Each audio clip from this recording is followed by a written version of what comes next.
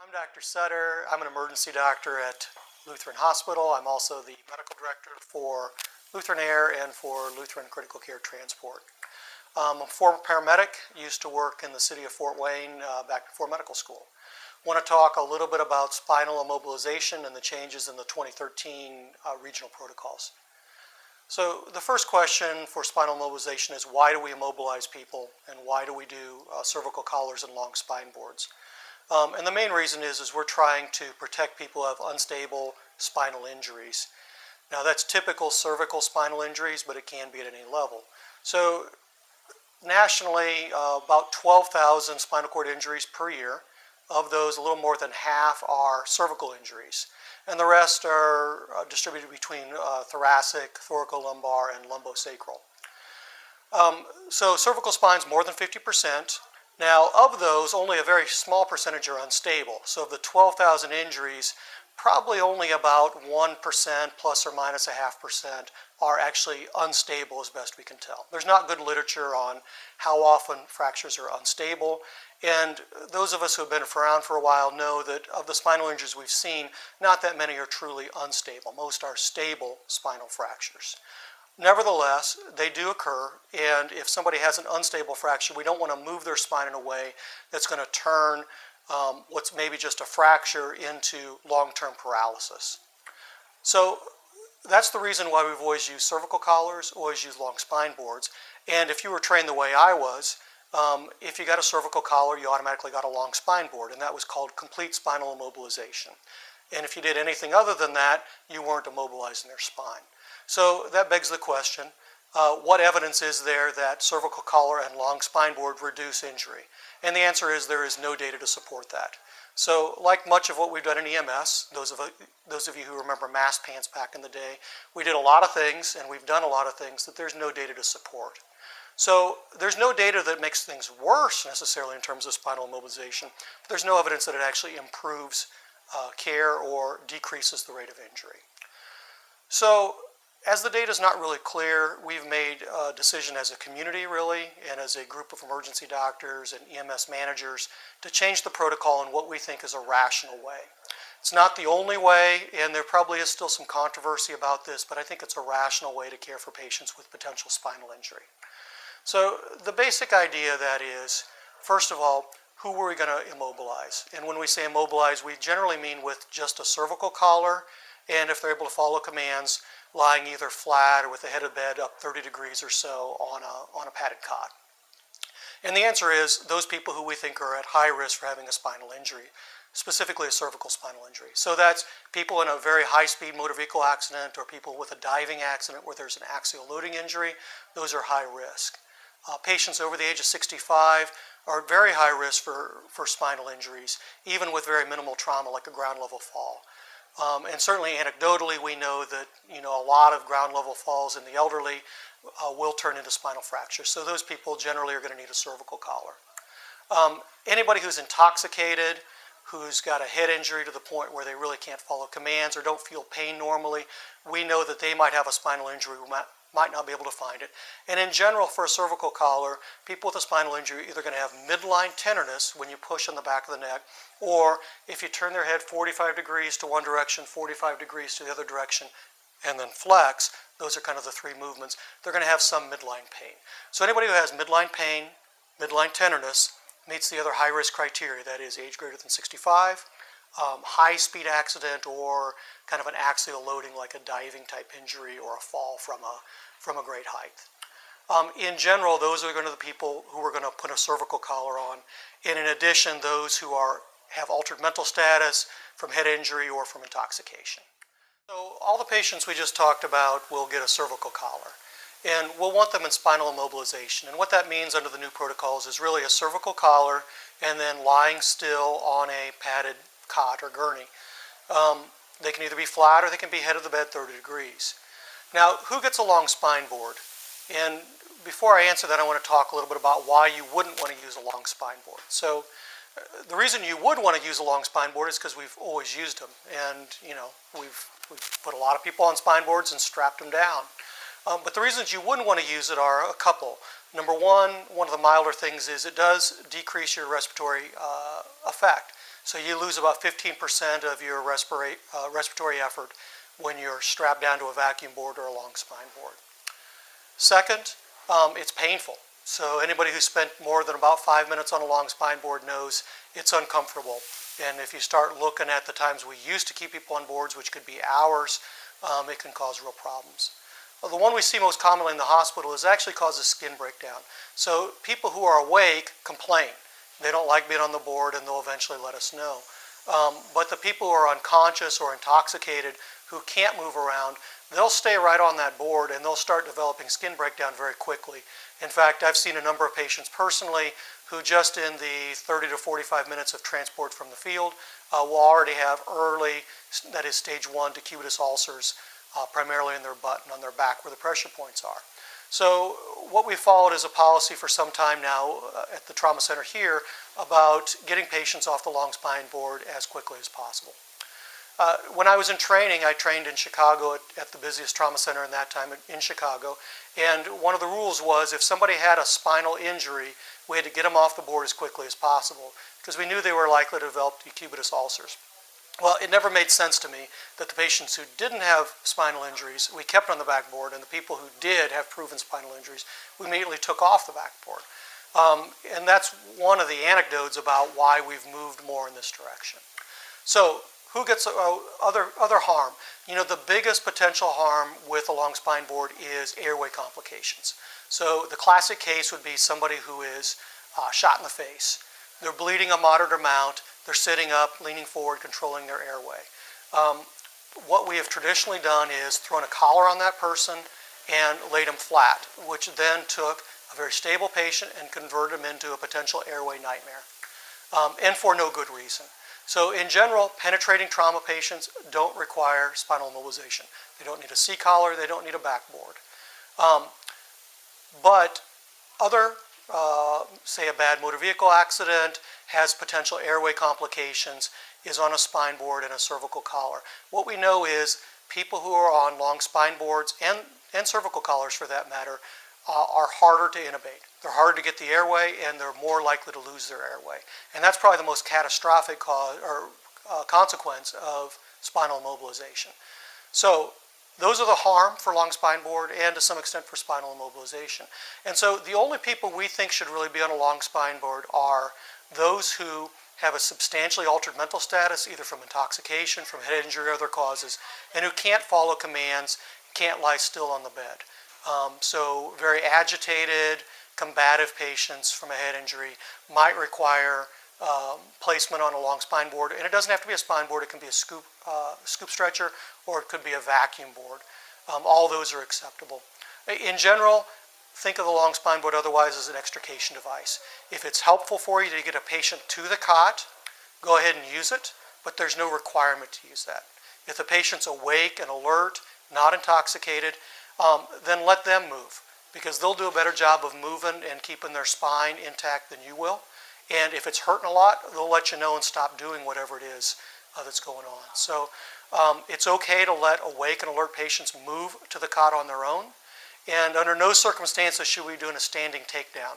That is, if they're awake and alert and walking around, just get them to the cot. You don't need to put them down onto a board. You don't need to strap them down after that. They've already largely cleared themselves by moving around and moving freely. So long spine board, it's an extrication device. Think of it primarily. The one time we've left it in there is if somebody is significantly altered to where they can't follow commands. If they're agitated and combative, you can use a long spine board or scoop stretcher or vacuum in that case. Other special circumstances, penetrating trauma, as I said, in general doesn't require any kind of immobilization, and we don't recommend it. That's a little bit controversial. Some people would say that spinal injuries with neurologic findings, some paralysis, should be immobilized. The protocols say there's no need to immobilize them. The concept there is with penetrating trauma, if it's bad enough to actually cause a spinal injury, those are not incomplete injuries. They're complete injuries at the time they happen. So you're not likely to make that worse. The main things there are going to be controlling the airway.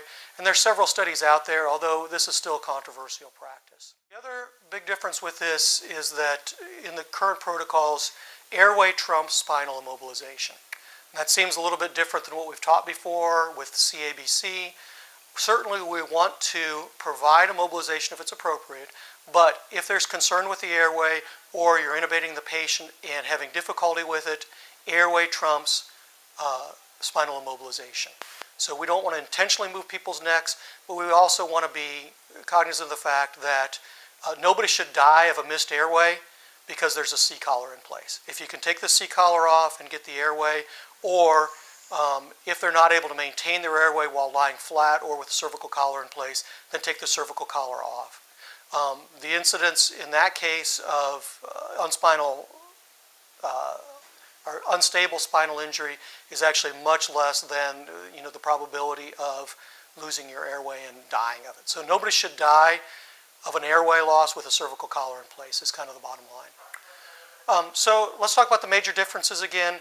In general, the big differences are if you get a cervical collar, it doesn't automatically mandate a long spine board.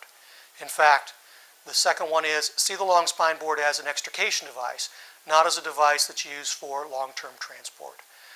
Many of you should be used to this by the fact that once you get to the hospital, we're quickly taking people off the spine boards, and I think that's appropriate. And then the third thing is penetrating trauma doesn't need a spinal collar, doesn't need a long spine board.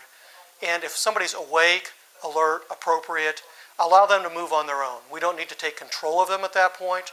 If they're intoxicated, if they're altered, if they've got a very high-speed mechanism, those would be exceptions to that. But in general, if somebody's up and walking around, just allow them to walk to the cot. It'd be nice if you move the cot over near them and not make them walk all the way across the field, but you get the idea there. So I hope this has been helpful. This is a big change in our practice here, and I hope you all support it. Thanks again.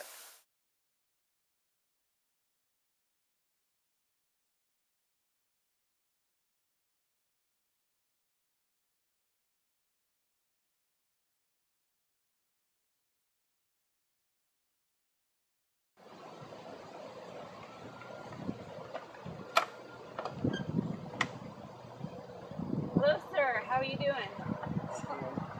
Does your head hurt? Neck? No? Can you move your neck to the left? To the right? Down? Up? Does this hurt? No. Okay. Because of the mechanism of injury and the high speed of the collision, I'm going to put a seat collar on you and then we're going to walk you out of the car, okay? Go for it.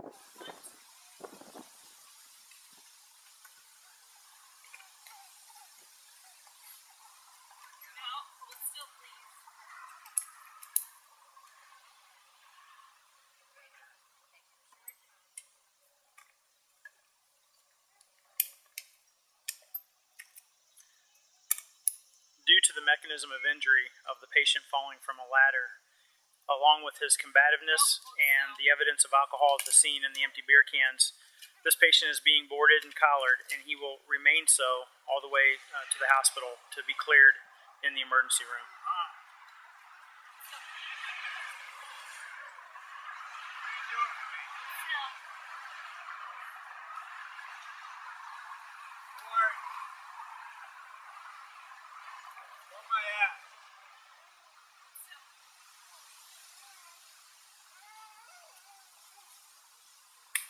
This patient continues to ask repetitive questions and refuses to obey commands of not moving and holding still.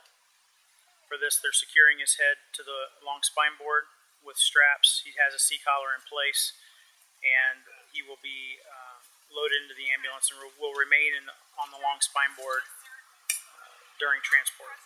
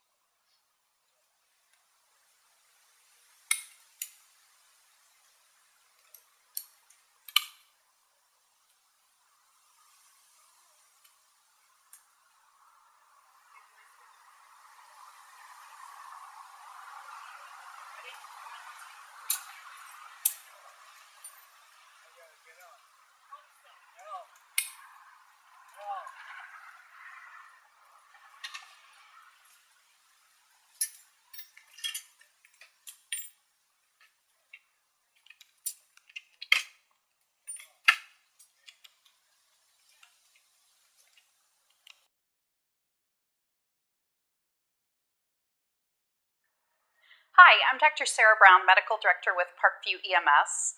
We're going to talk a little bit today about seizures and the new changes to the 2013 Northeast Indiana Regional Protocols.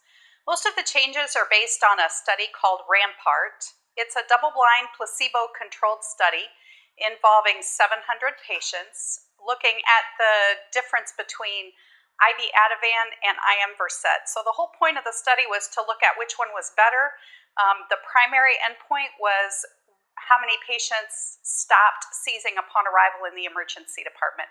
So there are two groups of patients in the study, 350 patients in each group. One group got IM Versed with an IV placebo, and the other group got IM placebo with IV Ativan. So nobody knew which drug they got. The patient didn't know, the pre-hospital providers didn't know, and the hospital providers didn't know. And this allowed them to, in a double-blinded fashion, find out which drug was superior and which one could stop seizures better.